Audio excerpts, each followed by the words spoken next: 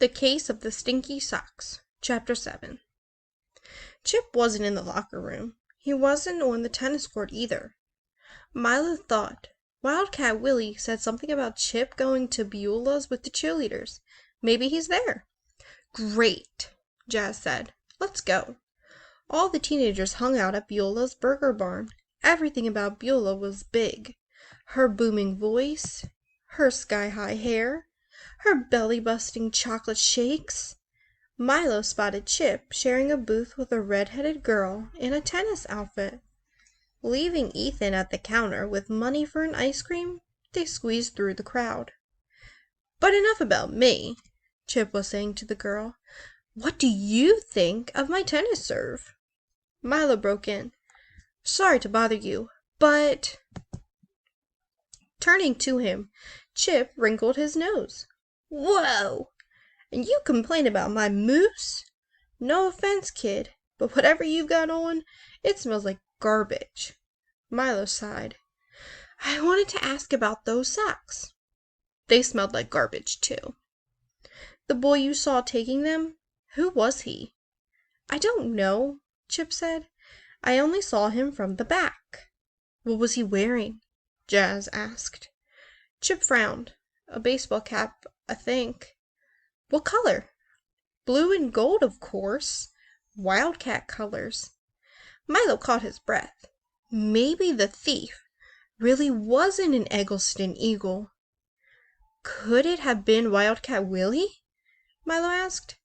Chip said, I think I know the difference between a baseball cap and a gigantic furry head. The girl snickered. Milo said, I didn't mean... Oh, I remember one more thing, Chip interrupted. He was wearing a jacket with writing on the back. Now they were getting somewhere. What did it say? Milo asked. Chip shrugged. I forget, tossing his hair out of his eyes. He checked himself out in the mirrored wall. Milo sighed. If Chip would only stop admiring himself long enough to tell them what they needed to know. Think, Jazz said. Please. Chip thought. Something about baseball, maybe? Something like bat or base. No, wait, I know. It was mitt. Milo and Jazz looked at each other. Mitt? Are you sure? Chip nodded. I remember now. Mitt.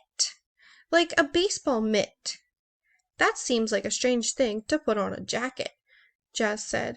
Yeah, well, baseball players aren't exactly famous for their fashion sense. Chip eyed his reflection again.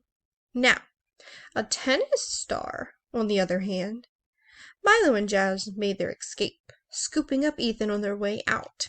He had pistachio ice cream smeared all over his face, and his t-shirt, and his hair. At least now he was sort of the color of a dinosaur. Mitt, Jazz said as they left. Why Mitt? Maybe it's short for something, Milo suggested.